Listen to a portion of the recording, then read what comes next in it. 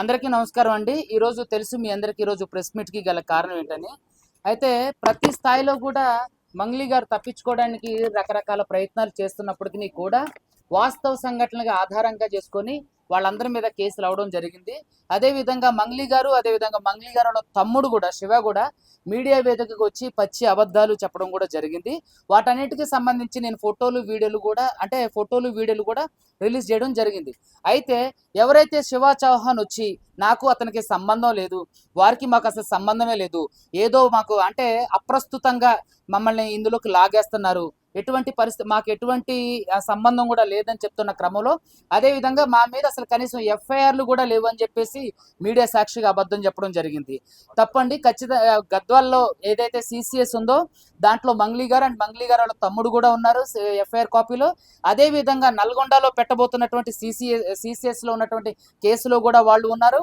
అదేవిధంగా హైదరాబాద్లో ఉన్నటువంటి గచ్చిబౌలి ఏదైతే ఉందో గచ్చిబౌలి ఈఓడబ్ల్యూలో కూడా వాళ్ళ పేర్ల మీద కూడా ఎఫ్ఐఆర్లు అయినాయండి. దానికి సంబంధించిన ఇన్ఫర్మేషన్ రావాల్సి ఉంది. అదేవిధంగా ఈఓడబ్ల్యూలో ఎవరైతే రమావత్ మధు, అదేవిధంగా హేమాకాంత్ రెడ్డి, మిగిలిన వాళ్ళు ఎవరైతే ఉన్నారో వాళ్ళ మీద ఉన్నటువంటి దీనికి సంబంధించినటువంటి ఎఫ్ఐఆర్ కాపీ, వాళ్ళు ఎంత ఫ్రాడ్ చేశారని దానికి సంబంధించినటువంటి ఆధారాలు కూడా మేము ఈరోజు ప్రెస్కి ఇవ్వడం జరుగుతుంది. అదేవిధంగా నిన్న డీజీపీ ఆఫీస్కి వెళ్ళి డీజీపీ గారిని కూడా సివి ఆనంద్ గారిని కలవడం జరిగింది. కలిసినప్పుడు ఆయన సానుకూలంగా స్పందించారు. ఖచ్చితంగా దీని మీద ఉన్నతమైన విచారణ జరిగిస్తామని చెప్పి హామీ ఇచ్చారు. అదేవిధంగా మనకి సోమవారం రోజు సీఎం గారు అపాయింట్మెంట్ కోసం ప్రయత్నం చేస్తున్నాం, అది ఆల్మోస్ట్ కన్ఫర్మ్ అయినట్టే. సో ఆ రోజు కూడా ఇంకొన్ని అంటే సీఎం గారిని కలవడానికి గల ముఖ్య ఉద్దేశాలు ఏంటంటే దీని మీద ఖచ్చితంగా సిట్ లాంటి ఒక ఉన్నతమైనటువంటి విచారణ కలిగినటువంటి ఒక సంస్థను ఏర్పాటు చేసి దీంట్లో కులంకషంగా లోతుగా విచారణ చేస్తే తప్ప దీంట్లో ఎవరైతే బాధితులు ఉన్నారో వాళ్ళకి న్యాయం జరగడానికి అవకాశం లేదు. కాబట్టి దయచేసి ప్రజలందరూ గమనించండి. అదేవిధంగా మంగ్లీ వాళ్ళ తమ్ముడు దీంట్లో డైరెక్ట్గా ఇన్వాల్వ్ అయ్యి ఉన్నారని చెప్పి పోలీసులే వాళ్ళకి సంబంధించినటువంటి బ్యాంక్ ట్రాన్సాక్షన్స్ కూడా రిలీజ్ చేయడం జరిగింది. అసలు నాకు మంగ్లీ గారు ఎవరైతే ఉన్నారో ఆవిడ పంజాగుట్ట ప్రెస్ మీట్లో నేను పెట్టిన తర్వాత ఆవిడ కంప్లైంట్ ఇవ్వడానికి వచ్చినప్పుడు ఇదే మీడియా ముఖంగా మంగ్లీ గారు ఏమని చెప్పారు, అసలు నాకు వాడెవడో తెలీదు అని చెప్పారు. మరి వాడెవడో తెలియనప్పుడు వాడు మీ ఇంట్లో మీ చెల్లితో పాటు మీ అమ్మగారితో పాటు ఎందుకు మాట్లాడుతూ ఉండు?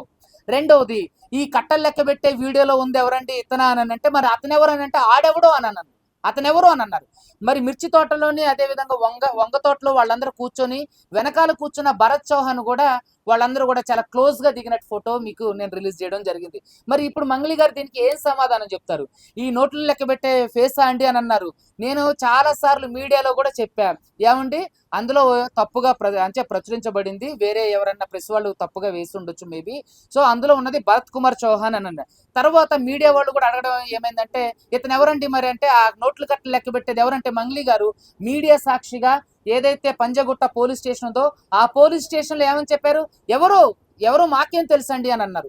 మీరు చూస్తే బైగన్ తోటలో చక్కగా వాళ్ళ వెనకాల కూర్చొని మిర్చి తోటలో ఆయన భరత్ చౌహాన్ ఉండడం జరిగింది. ఏంటంటే ప్రతి స్థాయిలో కూడా మీరు చూసినట్టయితే మీడియా ముఖంగా నేను చెప్పేది ఏంటంటే, నేను చెప్పేది కాదు, పోలీసులు ఇచ్చిన ఇన్ఫర్మేషన్, పోలీసులు రిలీజ్ చేసింది ఏంటంటే మంగ్లీ గారికి వాళ్ళకి జరిగిన బ్యాంక్ ట్రాన్సాక్షన్స్ కూడా బయటికి రావడం జరిగింది. మీరందరూ కూడా గమనించండి ప్రజలారా, ఎవరిని మభ్యపెట్టడం కోసం ఇవన్నీ చేస్తున్నారు, ఎవరిని తప్పుదోవ పట్టించడానికి ఇవన్నీ చేస్తున్నారు? ప్రజలు పిచ్చి వాళ్ళలాగా వెర్రి వాళ్ళలాగా కనిపిస్తున్నారా?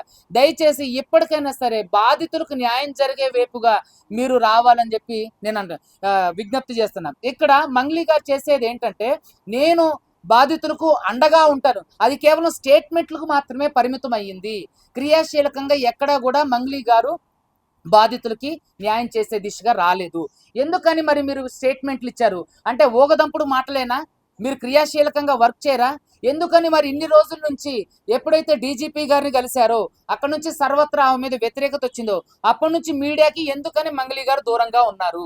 ప్రెస్ మీట్ పెట్టినటువంటి ఎవరైతే మంగ్లీ గారు ఎవరు అతను ఉన్నాడో మేనేజరు, మరి మేనేజర్తో ప్రెస్ మీట్ పెట్టించాల్సిన అవసరం ఏంటి? మేనేజర్కి దీనికి ఏంటి సంబంధం? అసలు మేనేజర్ చెప్పాల్సిన అవసరం ఏముంది? అంటే జరిగేవన్నీ కూడా మేనేజర్కి సంబంధించే జరుగుతున్నాయి. కాబట్టి మేనేజర్ను కూడా ఎవరైతే మంగ్లీ మేనేజర్ ఉన్నారో తన మీద కూడా మేము కేసులు ఫైల్ చేయడం జరిగింది. తను ఏం తెలిసి రూఢీపరిచిండు అంటే తన ఇన్వాల్వ్మెంట్ కూడా ఉంటేనే కదా తను స్టేట్మెంట్ ఇవ్వగలిగేది. సో కాబట్టి మంగ్లీ వాళ్ళ ఎవరైతే ఉన్నారో తను కూడా పార్టీ చేయడం జరిగింది.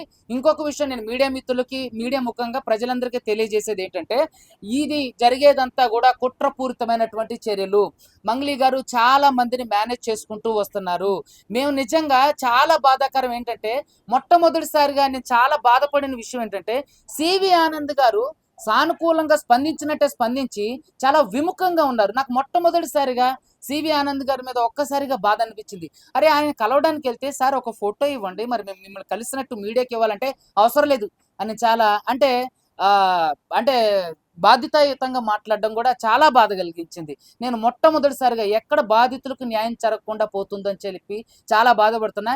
ఈ మీడియా ముఖంగా కూడా నేను సివి ఆనంద్ గారిని అడుగుతున్నా, ఎందుకని మంగ్లీ గారు వెళ్తే మంగ్లీ గారికి ఇచ్చారు ఫోటో, మంగ్లీ గారికి సంబంధించినటువంటి అడ్వకేట్ గారు వెళ్తే మంగ్లీ గారు అడ్వకేట్ గారికి మీరు ఫోటో ఇచ్చారు, ఎందుకని మేము వెళ్తే కనీసం మమ్మల్ని పట్టించుకోలేదు? దాదాపుగా 40 మంది బాధితులను తీసుకొని 40 మంది బాధితులను తీసుకొని మేము సివి ఆనంద్ గారిని నిన్న 3 గంటలు వెయిట్ చేసి, లాంచ్లో 3 గంటలు వెయిట్ చేసి లిటరల్లీ ఆయన కలిస్తే కనీసం ఫస్ట్లో సావధానంగా మాట్లాడినట్టు మాట్లాడి మేమేం చేయాలో మాకు చెప్తున్నారని చెప్పేసి సివి ఆనంద్ గారు మాట్లాడినటువంటి తీరు చాలా బాధాకరం. నిజంగా నాకు థ్రెట్ ఉంది సార్, నాకు రక్షణ కల్పించండి, ఇదిగోండి అని ఎన్నిసార్లు అంతకు ముందున్న శివధర్ రెడ్డి గారికి నేను అప్పీల్ చేసుకోవడం జరిగింది. అదేవిధంగా సివి ఆనంద్ గారిని కూడా నేను కలవడం జరిగింది. మాకేం పని లేదా, మీ అందరికీ రక్షణ కల్పించుకుంటూ పోవాలని చెప్పేసి ఒక బాధ్యతాయుతమైనటువంటి పదవిలో ఉన్న సివి ఆనంద్ గారు ఇలా మాట్లాడడం నిజంగా బాధాకరం. మరి సార్ ఎటువంటి అంటే ఎలా ఏ ఆలోచనలో ఉన్నారో మాకైతే తెలియదు, కానీ సార్ మీ మీద మాకు గౌరవం ఉంది, దయచేసి మాకు రక్షణ కల్పించండి. పోరాడే వాళ్ళు అంతకుముందు కూడా నేను సివి ఆనంద్ గారితో కూడా డిస్కస్ చేశాను సార్, 2 అడ్వకేట్ని ఇలాగే చంపేశారు సార్, ఒక అడ్వకేట్ని రీసెంట్గా ఒక లేడీ అడ్వకేట్ని కూడా వాళ్ళ సొంత అనే సుఫారీ ఇచ్చి మరీ చంపేసిందంటే ఏం కాదులేండి, ఏం చచ్చిపోరులేండి అని ఇలా మాట్లాడతారా? నిజంగా చాలా బాధాకరం. దేశంలో ఉన్నటువంటి న్యాయ వ్యవస్థలో ఉన్నటువంటి అడ్వకేట్లకి, న్యాయం కోసం పోరాడుతున్నటువంటి అడ్వకేట్లకి ఏమాత్రం బాధ్యత లేదు. అదే బాధ్యత లేకోకుండా అంటే మా ప్రాణాలంటే వాళ్ళకి ఇటువంటి బాధ్యత లేదు. ఇంకొక విషయం నేను చెప్పదలుచుకునేది ఏంటంటే మీడియా ముఖంగా, ఎందుకని ఇంతమంది 40 మంది విక్టిమ్స్ దాదాపుగా నల్గొండ, దేవరకొండ ఈ ప్రాంతాల నుంచి వచ్చి మిమ్మల్ని గంటలు గంటలు వెయిట్ చేసి మీ అపాయింట్మెంట్ తీసుకొని 3 గంటలు మళ్ళీ లోపల వెయిట్ చేసినప్పుడు కనీసం నవ్వుతూ మాట్లాడేంత టైం కూడా, కనీసం మేము ఎక్స్ప్లెయిన్ చేసేంత టైం కూడా ఇవ్వకోకుండా అక్కడ ఉన్నటువంటి ఏసీపీ గారితోని తర్వాత కానిస్టేబుల్ గారితోని అంటే ఇట్లా లాక్కొని మరీ తీసుకెళ్తుంటే కనీసం మేము చెప్పేది వినండి సార్ అన్నా సరే వినేంత టైం లేకోకుండా సివి ఆనంద్ గారు ఉంటూ నిజంగా బాధాకరం. ఇంకోటి ఏంటంటే బాధితులకి మొట్టమొదటిసారిగా నేను ఆనంద్ గారు డీజీపీ ఆఫీస్ నుంచి బయటకు వచ్చిన తర్వాత నేను నిజంగా చాలా బాధపడ్డా. అరే, ఒక న్యాయవాదికి ఆయన అంటున్నారు మీరు అడ్వకేట్ కదా, అర్థమవుతుంది అని ఇలా మాట్లాడుతున్నారు. ఆయన ఫేస్ ఎక్స్ప్రెషన్స్ కూడా నిజంగా చాలా బాధాకరం. సార్ మీరంటే మాకు చాలా గౌరవం, మీ ఇంటర్వ్యూలు ఎన్నో చూసి మేము ఇన్స్పైర్ అయ్యాం, ఎంతో మందికి మీరు న్యాయం చేశారు. అదేవిధంగా ఈ కేసులో కూడా మీరు పక్షపాతం చూపించకుండా అందరికీ న్యాయం చేస్తారని నిజంగా నేను కోరుకుంటున్నా. అదేవిధంగా మంగ్లీ గారు ఎవరైతే ఉన్నారో మంగ్లీ గారికి కూడా నేను బహిరంగంగా ఆహ్వానం తెలుపుతున్నా.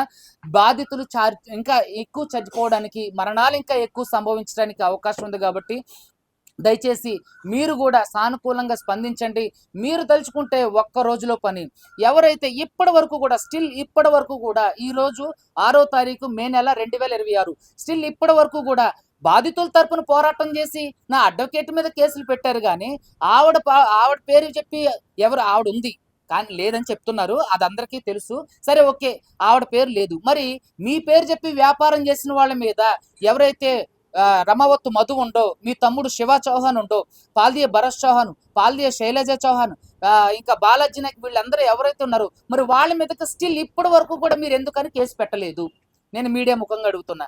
అదేవిధంగా మంగ్లీ గారు వాళ్ళ తమ్ముడు ప్రెస్ మీట్లో మాట్లాడుతుండో నా ప్రమేయం లేకుండానే, నాకు తెలియకుండానే అతను తీసుకెళ్లారట. అతనికి తెలియకోకుండా తీసుకెళ్ళడానికి పాలు తాగే పిల్లోడా? మంగ్లీ గారు వాళ్ళ తమ్ముడు శివ చౌహాన్ పాలు తాగే పిల్లోడా? ఎక్కడ ఇందులో ఒక 100 ఎకరాలు ల్యాండ్కి సంబంధించినటువంటి వాటి దగ్గరికి మమ్మల్ని తీసుకెళ్లారు, నా ప్రమేయం లేకుండానే, నాకు తెలియకుండానే. అంటే అతనికి తెలియకుండానే తన ప్రమేయం లేకుండానే తీసుకెళ్తారా? అదేవిధంగా మంగ్లీ గారు ఈరోజు సమాధానం చెప్పాలి.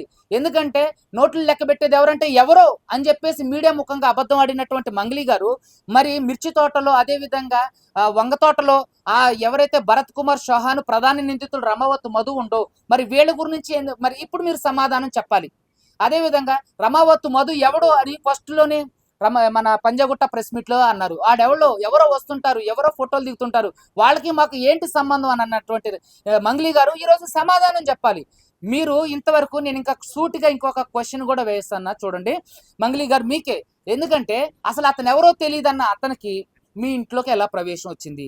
మీ ఇంట్లో ప్రవేశించిన అతను మీ ఇంటి వరకు వెళ్ళి మీ అమ్మగారితో మీ చెల్లి గారితో ఏం మాట్లాడుతున్నారు? మీ తమ్ముడు ఏదైతే గోకులనందన ఇండియా ఇన్ఫ్రా ప్రైవేట్ లిమిటెడ్ ఉందో దాంట్లో మీ తమ్ముడు ఎందుకు నెలల కొద్దీ ట్రావెల్ చేసిండు? ఎవరైతే రమావత్తు మధు కార్ డ్రైవర్ ఉండో రమావత్తు మధు కార్ డ్రైవర్ చేసినటువంటి ఆరోపణలకు సంబంధించినటువంటి ఆధారాలు మరి మీ దగ్గర ఏమున్నాయి? డబ్బులు మీ తమ్ముడు తీసుకెళ్ళినని స్పష్టంగా అతను మీడియా ముందు మాట్లాడిండు. దాని గురించి ఎందుకు ఇంత వివరణ ఇవ్వలేదు? దేవుళ్ళ మీద ఒట్టేసి మరి ఎవరైతే శివ చౌహాన్ ఉండో ఎవరు మంగ్లీ గారు తమ్ముడు తాను బహిరంగంగా ఒట్టేసి మరి అబద్ధాలు చెప్పారు. వాళ్ళు కులం కార్డు వాడారు, విక్టిమ్ కార్డు వాడారు, అదేవిధంగా విమెన్ కార్డు వాడారు. ఇక ఆ సామ వేద దాన ఇక ఆఖరిగా దండోపాయంగా వీళ్ళు మతం అనే కార్డును కూడా అంటే రిలీజియన్ కార్డు కూడా యూజ్ చేయడం జరిగింది. ప్రజలారా మీరందరూ గమనించండి, రాష్ట్రంలో ఏం జరుగుతుంది. ఇంతవరకు పోరాడుతున్నటువంటి అడ్వకేట్ సుబ్బుకి ప్రతి విషయంలోని ప్రతి దశలోనూ వ్యతిరేకత విముఖతే ఎదురవుతుంది. ఏది డైరెక్ట్ గా డీజీపీ సివి ఆనంద్ గారి దగ్గర నుంచి కూడా మేము అవమానం పొందినటువంటి సందర్భం నిన్నటి రోజున జరగడం జరిగింది. సో దయచేసి ప్రజలందరూ గమనించండి. ఇక్కడ మేము కోరుకునేది ఒకటే, ఇక్కడ నేను బహిరంగంగా మీడియా ముందు నమస్కారం చేసి మరీ చెప్తున్నా, మీ మీద కేసులన్నీ విత్డ్రా చేసుకోవడానికి అడ్వకేట్ సుబ్బు సిద్ధం, బాధితులందరూ సిద్ధం. మీరు కూడా సిద్ధమయ్యి రోడ్డు మీదకి వచ్చి ప్రజాక్షేత్రంలో మీరు ఖచ్చితంగా ఏదైతే అన్యాయం జరిగిందో మీ పేరు చెప్పి ఎవరైతే ఆస్తులు కూడబెట్టారో మీరైనా ఇంకొకరైనా వాటన్నిటిని బహిరంగంగా ఎవరికి వాళ్ళు రూపాయి ఇచ్చిన వాళ్ళకి ముప్పావులైనా ఇచ్చేసి మీరు గట్లా చేస్తే మేము కేసులు వాపసు తీసుకోవడానికి సముఖంగా ఉన్నాం, మీతో చర్చించడానికి మేము సముఖంగా ఉన్నాం. బాధితులు ఇంకా చనిపోవడానికి అవకాశం ఉంది. దయచేసి మంగ్లీ గారు గమనించండి. మీరు ఈ వీడియో చూస్తున్నారని మాకు తెలుసు.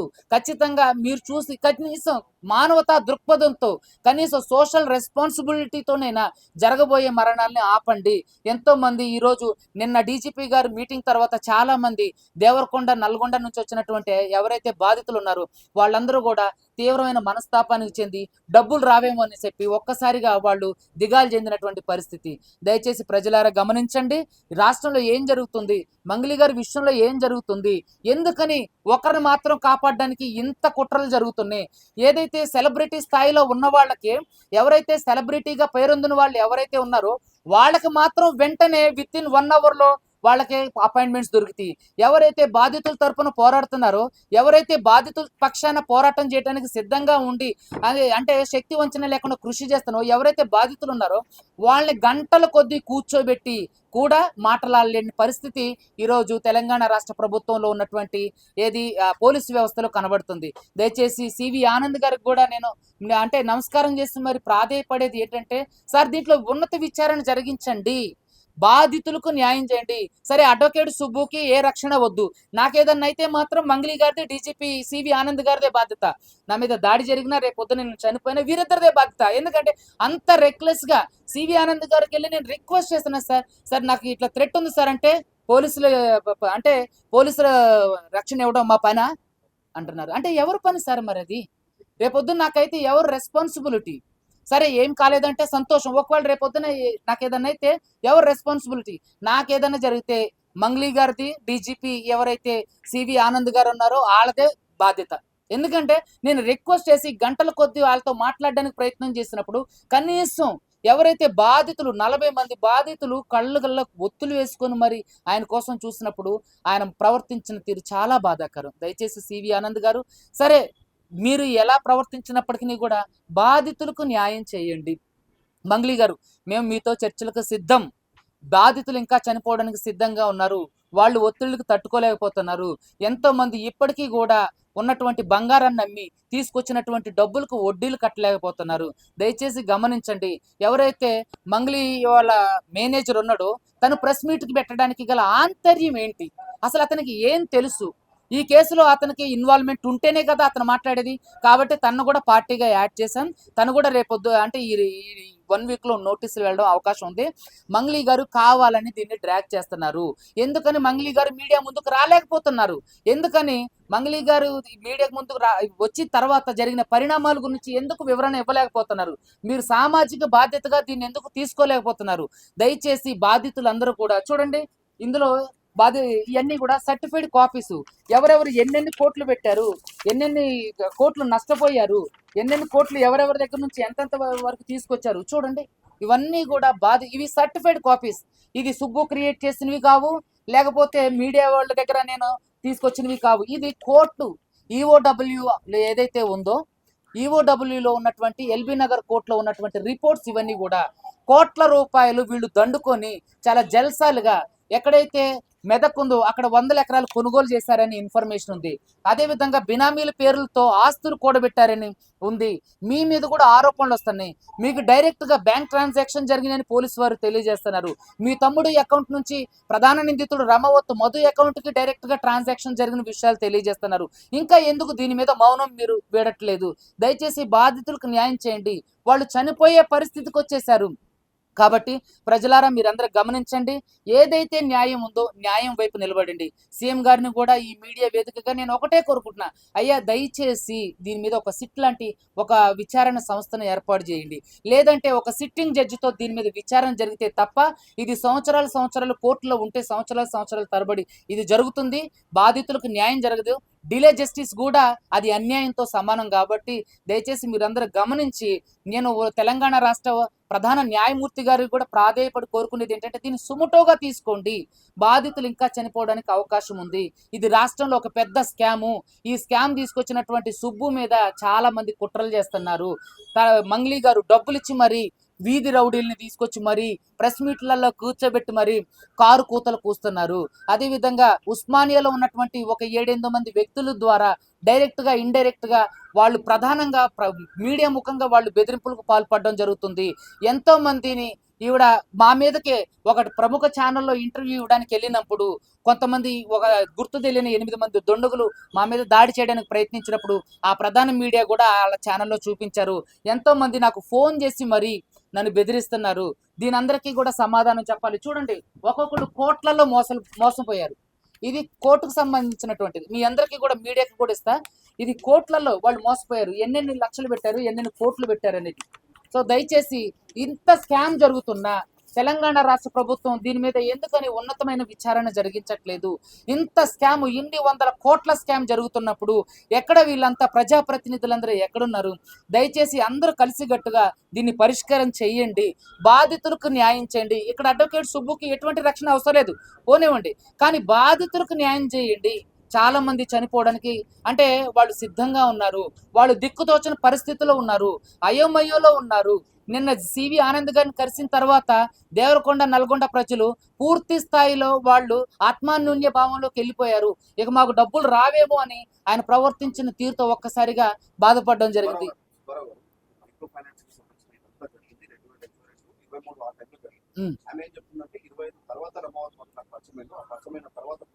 వాళ్ళకి సంబంధించిన ఫ్లాట్ అమ్మకం దాంట్లో మాత్రం జరిగిన ట్రాన్సాక్షన్ 25 లక్షలలో 20 లక్షలు రిటర్న్ చేస్తాం, బై హ్యాండ్ 5 లక్షలు ఇచ్చామని చెప్తున్నారు. మీ దగ్గర ఏమైనా స్పెసిఫిక్ ఆధారాలు ఉన్నాయా? బాధితులు ఎవరైనా మీకు డైరెక్ట్ కానీ మంది కానీ మన కుటుంబ సభ్యులకి అయితే ఇక్కడ మీడియా ముఖంగా మీరు అడిగిన క్వశ్చన్ కి నేను ఆన్సర్ చేస్తా. ఫస్ట్ అదే మంగ్లీ గారు ఎక్కడైతే మన పంజగుట్ట ప్రెస్ మీట్ లో పోలీస్ స్టేషన్ లో పెట్టారో అక్కడ ఏమన్నారు? ఈ రమవత్తు మధు ఎవడు, ఈ హేమాకాంత్ రెడ్డి ఎవరు, ఈ సుబ్బారావు ఎవరు వీళ్ళంతా ఏం చేస్తున్నారు అన్నారు. అంటే అక్కడ ఫస్ట్ నాకు తెలియదు అని అన్నారు. అదేవిధంగా 2025లో పరిచయమైన మాట ఎందుకని మరి ఆ రోజు ప్రెస్ మీట్లో చెప్పలేదు? అవును, నాకు రమావత్తు మధు తెలుసు, 2025లోనే పరిచయం, కానీ అతనికి మాకు ఎటువంటి సంబంధం లేదని ఎందుకు ఒప్పుకోలేదు? ఆవిడ ప్రతి స్థాయిలో కూడా ఎందుకు అబద్ధాలు చెప్పుకుంటూ వస్తున్నారు? మీడియా ముఖంగా మీరు ఆ రోజు మీరు కూడా ఉన్నారు సార్. ఆ రోజు ఏమంది? వాళ్ళెవరో నాకు తెలియదు అంది. మరి వాళ్ళెవరో ఈవిడకి తెలియనప్పుడు మరి ఈవిడతో 2025 నుంచి ఎలా ట్రావెల్ చేశారు చెప్పండి. సో ఇదంతా ఏంటంటే మభ్యపెట్టి జనాల్ని, అదేవిధంగా మీడియాని మభ్యపెట్టి పక్కదోవ పట్టించడానికి జరుగుతున్నటువంటి ఒక కుట్ర. ఈవిడ అదే విధంగా మీరు చెప్పారు, మీరు అదే ఒక్క నిమిషం, అది 25 లక్షలకి సంబంధించింది కూడా నేను అడుగుతున్నా. 25 లక్షల రూపాయల ట్రాన్సాక్షన్ జరిగినప్పుడు ఏదైతే వాళ్ళ ఇప్పుడు ఆవిడ ఫస్ట్ అతను ఎవరో నాకు తెలియదు అంది.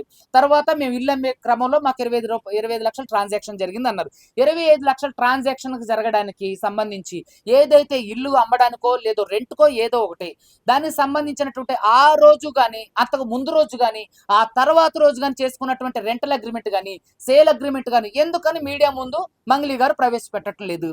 ఎందుకని? అంతకుముందు ఎవరో తెలియదు అన్నారు, తర్వాత మా ఇంట్లో మేము ఇల్లు అమ్మడానికి కొనుగోలుకు జరిగిందని. అంటే ఏది అబద్ధం ఏది నిజం? అంటే మంగ్లీ గారు అబద్ధాలు ఆడుతున్నారా, రమవత్తు మధు అబద్ధాలు ఆడుతున్నారా? సో దయచేసి మీరందరూ కూడా గమనించాలి, ఇవన్నీ కూడా కావాలని జరుగుతున్నటువంటి కుట్ర. మీ ఫోన్ నంబర్ ఇచ్చారు, పోలీసులు కూడా చెప్తున్నారు ఇది సుబ్బారావు పేరుతో ఉన్న ఫోన్. మీ అకౌంట్ బాధితుల రిలేటెడ్ గా మీరు ఎన్ని డబ్బులు పడ్డాయి? ఏది ఆ అమ్మాయికి వాళ్ళ తల్లి గారికి ఇవ్వడానిక 7,000 రూపాయలు వచ్చాయండి. దానికి సంబంధించినటువంటి ట్రాన్సాక్షన్స్ కూడా ఉన్నాయి. ఇచ్చారా? లేదండి, ఇంకో అంటే మా ఫ్రెండ్స్ కి చెప్పాము, మా లాయర్ ఫ్రెండ్స్. అక్కడ బాధితుల నంబర్ ఇవ్వకుండా మీ నంబర్ ఎందుకు ఇచ్చారు? అక్కడ వాళ్ళకి ఎవరైతే ముసలావిడ ఉన్నారో వాళ్ళకి సంబంధించినటువంటి ఎవరు కూడా వాళ్ళకి ఫోన్ పే, ఆ రోజు నేను పక్కన కూడా అడిగా, బిగ్ బాస్ శేఖర్ భాష గారు కూడా ఉన్నారు, అడిగితే అక్కడ వాళ్ళు ఎవరు కూడా వాళ్ళకి సంబంధించిన వాళ్ళు లేరు, వాళ్ళు ఫుల్ డ్రింక్ లో ఉన్నారు. సో ఒక ఇద్దరు ఉన్నారు, వాళ్ళు డ్రింక్ లో ఉన్నారు. సో అందుకని వాళ్ళ నెంబర్ ఇవ్వకుండా మా దగ్గర ఉంది. ఆ రోజు నుంచి కూడా ఈ రోజు వరకు కూడా మన అకౌంట్ లో 7,000 రూపాయలు వచ్చినాయి. దాని పూర్తి డేటా ఇప్పుడు బ్యాంక్ ట్రాన్సాక్షన్ అయితే మార్చలేము కదా, ఇంకా వాళ్ళకి ఇవ్వలేదు. ఇంకివ్వలేదండి. మా అడ్వకేట్ స్నేహితులకి చెప్పాం, వాళ్ళందరూ కూడా వేసుకొని 1,00,000 రూపాయల వరకు కూడా మనందరం చేసుకొని చేద్దామని అన్నారు. సో ఆ డబ్బులు ఈ డబ్బులు కలిపి ఆ అమ్మగారికి ఏదైతే 90 ఏళ్ళ అమ్మగారు ఉన్నారో ఆవిడకి ఇవ్వడం కోసం మా అడ్వకేట్ మిత్రులందరితో కూడా చర్చలు జరుగుతున్నాయి. Thank you.